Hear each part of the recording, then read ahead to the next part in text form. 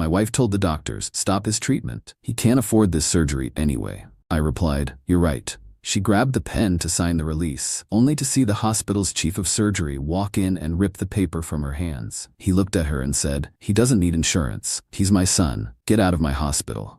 I should probably start with how I ended up needing emergency surgery at St. Mary's Medical Center at 2 a.m. on a Wednesday.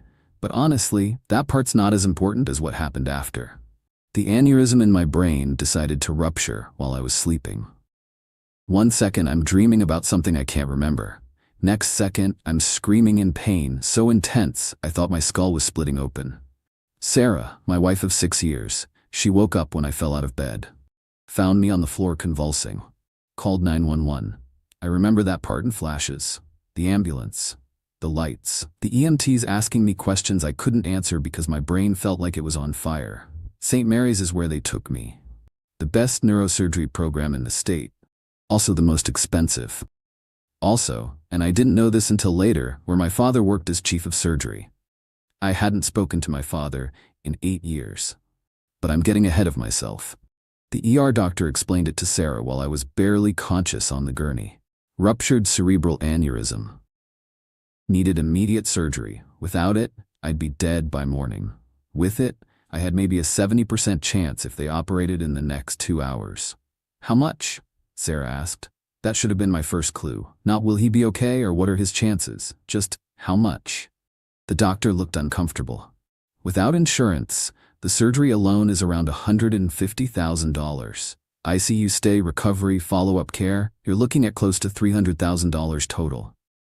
I heard Sarah's sharp intake of breath even through the pain.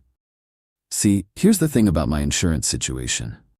I'm a freelance software developer. Make decent money. Around $85,000 a year. But I'd switched to a high-deductible plan 6 months ago to save on premiums. $15,000 deductible. Sarah had been the one who suggested it. Said we needed to cut costs. I'd agreed because we were supposedly saving for a house. We don't have that kind of money, Sarah said to the doctor. We have the health savings account, I managed to say through gritted teeth. And the emergency fund. That's not enough. Not even close. The doctor cleared his throat. We need to operate now. We can work out payment plans later. Your husband's life. I need to think about this. The doctor's expression changed, hardened. Ma'am, your husband will die without this surgery, tonight. I understand that, but we have a daughter. We have a mortgage. I can't bankrupt our family. We didn't have a daughter. We'd been trying for years. No luck. I was too out of it to process that lie right then. The pain was too intense. They moved me to a pre-op room, gave me something for the pain that barely touched it. Sarah stood in the corner making phone calls. I heard her talking to someone. Couldn't make out the words. A different doctor came in. Younger? He had forms. Mr. Richardson, I need to go over consent forms with you. The surgery carries significant risks. There's a chance of stroke, paralysis, death. But without surgery, the outcome is certain. You'll die, probably within hours. I tried to nod, couldn't move my head without agony shooting through my skull. Sarah stepped forward. He can't afford this surgery. We can't afford it. Mrs. Richardson, we have financial assistance programs. Stop his treatment.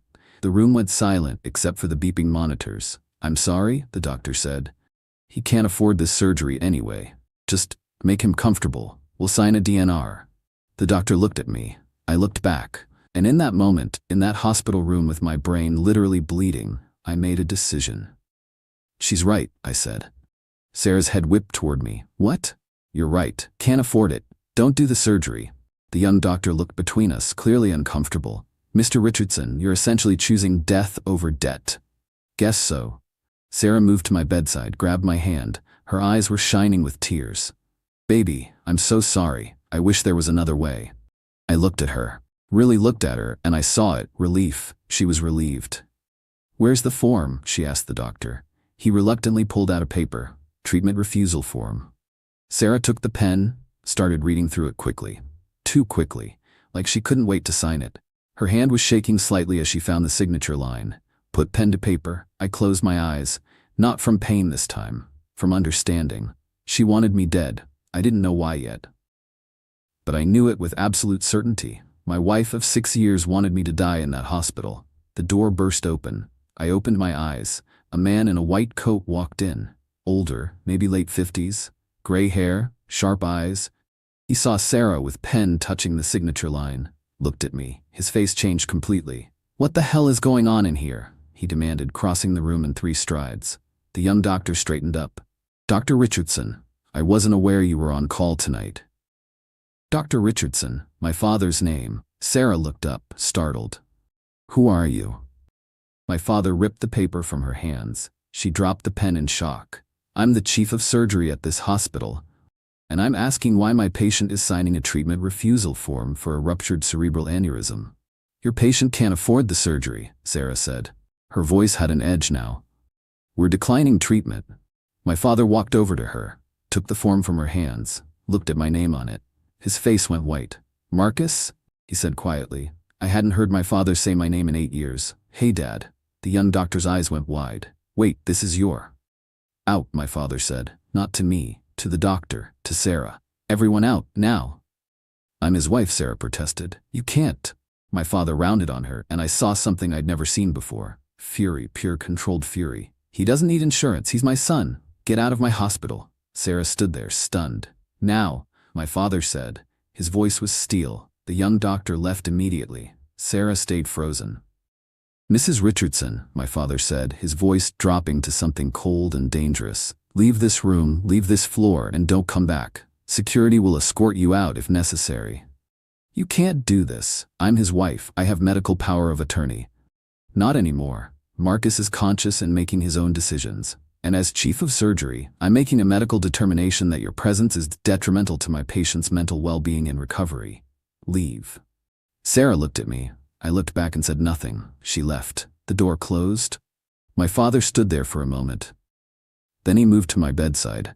"I didn't know you were in the city," he said quietly. "Been here 3 years. You didn't call. You didn't either." He nodded, pulled up a chair, sat down heavily. "I'm going to fix this," he said. "The aneurysm, I'm doing the surgery myself." "Dad, you don't have to." "Yes, I do, because you're my son. And because I've already lost 8 years. I'm not losing you permanently." The pain in my head was still there, but something else hurt now too, something in my chest. "I'm sorry," I said, "for leaving, for not calling, for... We'll talk about all of that after I save your life. Deal?" "Deal." He stood up, started for the door, paused. "Marcus?" "Yeah, your wife. Something's wrong there? The way she talked about the money, the way she wanted you to refuse treatment. That wasn't normal spousal concern. That was something else." "I know. We'll deal with that too. After." He left to prep for surgery. I found out later what happened while I was under. My father assembled his best surgical team. The surgery took 6 hours. At one point my blood pressure dropped so low they almost lost me. My father refused to give up, kept working, brought me back. I woke up 2 days later in ICU. My father was sitting in a chair next to my bed. Hadn't shaved. Looked exhausted. His shirt was wrinkled, the same one he'd been wearing when he walked into that pre-op room. "Hey," I croaked. His head snapped up. Relief flooded his face so completely that for a second he looked like he might cry. I'd never seen my father cry. Not even at Mom's funeral, which I'd only heard about weeks later through a mutual acquaintance. "Hey yourself, welcome back. Did you sleep here?" "Mostly. When I wasn't checking your vitals every 20 minutes and driving the nurses crazy, they tried to kick me out." I reminded them I'm the chief of surgery. A small smile. Has its perks. I tried to smile back. My head hurt, but it was different. Surgical pain, recovery pain, not dying pain. "Thank you for everything, the surgery, staying. All of it. You're my son. I'd do it again in a heartbeat, even if you were stubborn as hell and didn't call me for 8 years. The 8 years sat heavy between us. All the missed birthdays, holidays, conversations, life. "About that," he said, but his voice was gentle. "First, you need to know something. About Sarah." I tensed. The monitors must have picked it up because he glanced at them, then back at me. "Nothing to spike your blood pressure over. Yet. She hasn't been to see you. Not once in 2 days. She called once to ask about your status. I told her you were stable. She said okay and hung up. Didn't ask to talk to you. Didn't ask when visiting hours were. Just okay and hung up. That hurt worse than the incision in my skull. 2 days. I'd been unconscious for 2 days, and my wife couldn't be bothered to visit. to sit by my bed like my father, who I hadn't spoken to in 8 years, had done. "There's more," my father continued carefully, watching my face.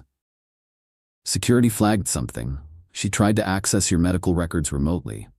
Tried to find out if you'd updated your life insurance beneficiary information. The hospital system logged the attempt. She used your login credentials from some old hospital visit. We denied access, obviously.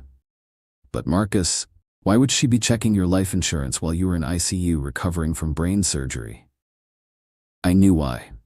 In the fog of pain and medication, I knew exactly why. I have a policy through my professional association. $500,000. She's the beneficiary. We set it up when we got married. My father's jaw tightened. "She wanted you to die." Yeah. I figured that out when she tried to get me to refuse treatment. "We need to prove it." "How?" "Leave that to me. You focus on getting better. I'm going to focus on making sure your wife faces consequences." Over the next week, while I recovered in the hospital, my father did 2 things. First, he made sure I got the absolute best care possible. Came in every morning, checked my progress, adjusted medications, consulted with the neurology team. He was my doctor, but more than that, he was my father. And for the first time in 8 years, I felt like I had family again. Second, he hired a private investigator. The investigator's report came back on day 9 of my hospital stay. My father brought it to me in person. "You need to be sitting down for this." "I'm in a hospital bed. I'm already down. Smart ass, just like your mother." He handed me the folder. I opened it. Sarah had been having an affair for 18 months. With my business partner, Derek. They'd been planning this for 6 months. Waiting for the right moment. The moment came when I switched to the high-deductible insurance plan, a switch Sarah had suggested and I'd stupidly agreed to. The plan was simple. Wait for a medical emergency. Any medical emergency. Convince me to refuse treatment. I die. She gets the life insurance. She and Derek split the money and start a new life together.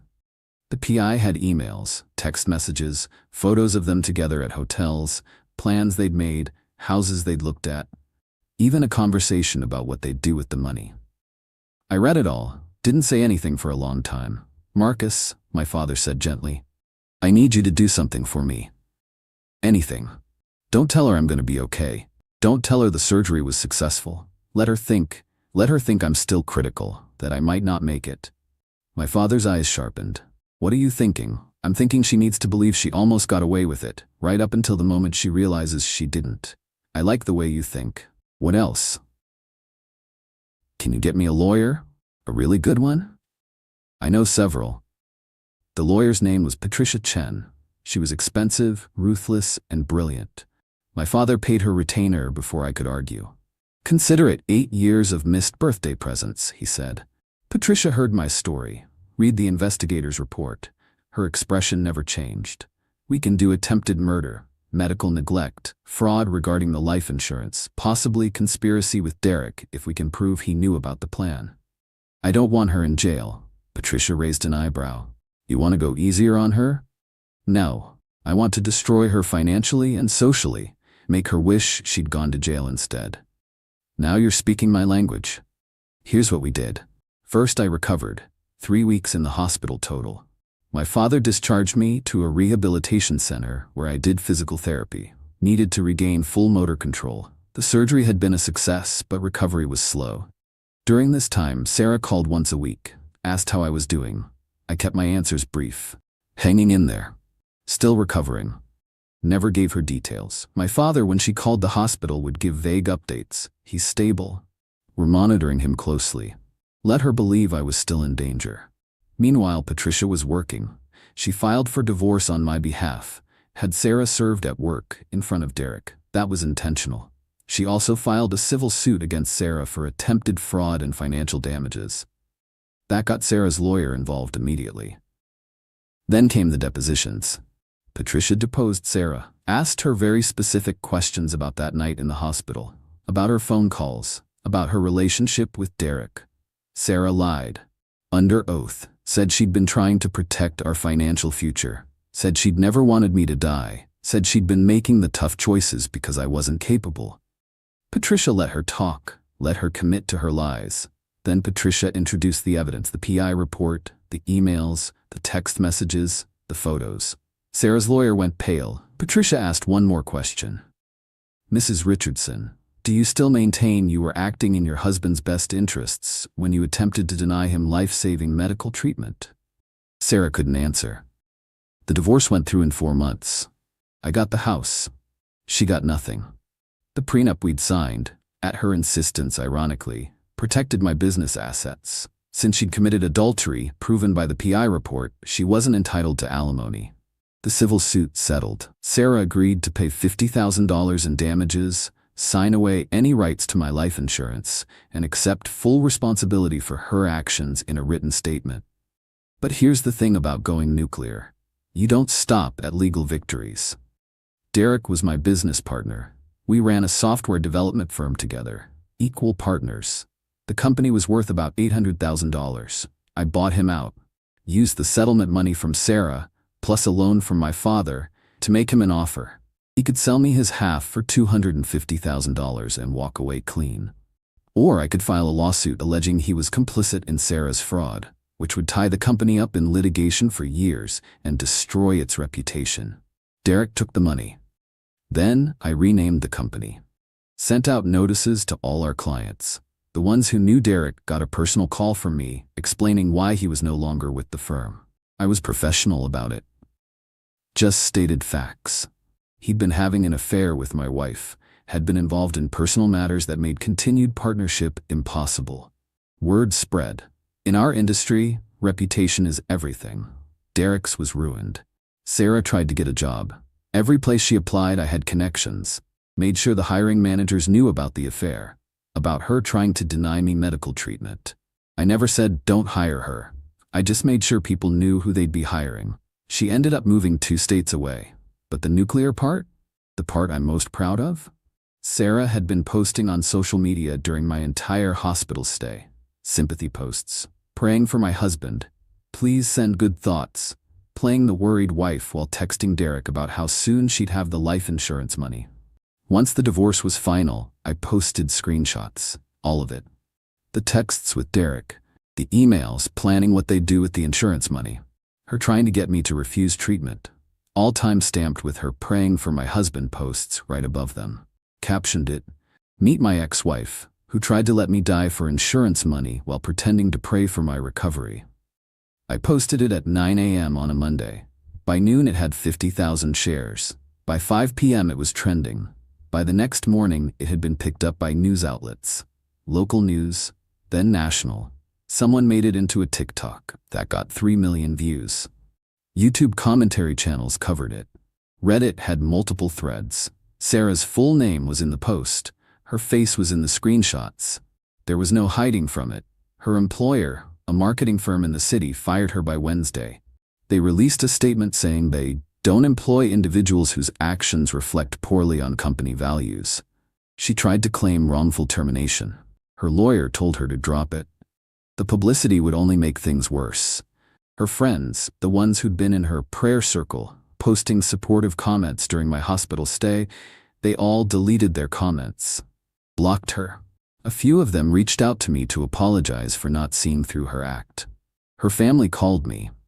Her mother crying, asking me to take down the post, saying I was destroying her daughter's life. I reminded her that her daughter had tried to let me die. Her mother hung up on me. The post stayed up. News crews showed up at Sarah's apartment. She stopped answering the door. Stopped going outside. Eventually she just left. Moved in the middle of the night. I found out later she'd gone to Arizona, changed jobs, changed her name legally. But the internet is forever. People still recognized her. Still commented on her social media profiles. She deleted everything eventually. Good. That was 6 months ago. I'm fully recovered now. No lasting damage from the surgery. My father says it's a miracle. I think it's just good surgical skills. He says I'm a smart ass. I say I learned from the best. My father and I have dinner every Sunday now, sometimes at his place, sometimes at mine. We talk about everything. Work. Life. Mom, she passed away while we were estranged, and that's a wound that'll never fully heal. Brain cancer. She went from diagnosis to gone in 4 months. I found out 3 weeks after her funeral. One of her friends from church tracked me down, thought I should know. I'd driven to the cemetery alone, stood at her grave, cried for the first time in years. My father and I never talked about why I hadn't been there, why I hadn't known she was sick. But it sat between us at those early Sunday night dinners, like a third person at the table. Finally, about 2 months into our renewed relationship, he brought it up. "Your mother asked about you," he said quietly. We were at his place. He was grilling steaks. I was making a salad. Near the end, she was on a lot of morphine. Sometimes she'd forget. She'd ask where you were when you were coming to visit. I stopped chopping tomatoes. "What did you tell her?" "That you were busy, that you'd visit soon." I didn't have the heart to tell her we weren't speaking, that I didn't even have your current phone number. "I'm sorry, I should have." "Let me finish." He flipped the steaks. Didn't look at me. "The fight we had, about medical school versus software development. I was an ass. I was trying to live my dreams through you, trying to make you into something you weren't. Your mother told me that. Many times. I didn't listen, and I lost 8 years with my son because of my pride. I left. I could have called, could have come back. Pride goes both ways. It does. But I'm your father. I should have been the bigger person. Should have reached out. Should have." He paused, took a breath. "Should have told you it was okay to be exactly who you are. A brilliant software developer who makes more money than I do and is probably happier than if you'd spent 8 years in medical school resenting me." We didn't hug. Neither of us is particularly good at that. But we looked at each other across the grill, and something settled. Something that had been broken for 8 years clicked back into place. "I'm glad you didn't die," he said. "Obviously because you're my son. But also because you make a damn good ribeye marinade and it would have died with you. Also because I just got you back and I'm not ready to lose you again. That's the only reason? And I would have missed you. Slightly. Love you too, Dad," he smiled. Raised his beer. "To second chances. To second chances." Last week I ran into Derek at a coffee shop. He saw me, turned to leave. "Derek," I called out. He stopped, turned around slowly. "How's the job search going?" His face hardened. "You know exactly how it's going. You made sure of that." "I made sure people knew the truth. What they did with that information was their choice." "You destroyed my career." "No, you destroyed your career when you decided to fuck my wife and help her try to kill me for insurance money. I didn't know about that, the insurance thing, that was all her. The PI report says otherwise, but believe what you need to believe." He left without another word. I don't feel bad about Derek or Sarah. They made their choices. They tried to use my medical emergency as an opportunity, and they failed. My father says I went too far with the social media post. That I should have taken the high road. I disagree. The high road would have let Sarah play victim, let her pretend she was the wronged spouse. Let her move on with her life without consequences. This way, everyone knows exactly who she is. And honestly, knowing my father has my back now, knowing I've rebuilt my company and my life, knowing that Sarah's reputation is permanently destroyed and she had to leave the state to escape it, I sleep pretty well at night. The aneurysm they said might kill me ended up being the best thing that ever happened to me. It gave me back my father, showed me who my wife really was before it was too late, let me burn down the people who tried to burn me. $300,000 in medical bills. My father wrote off every cent. Family doesn't charge family, he said. Sarah wanted me dead for $500,000. Instead, I got my father back, my freedom, and the satisfaction of knowing she got exactly what she deserved.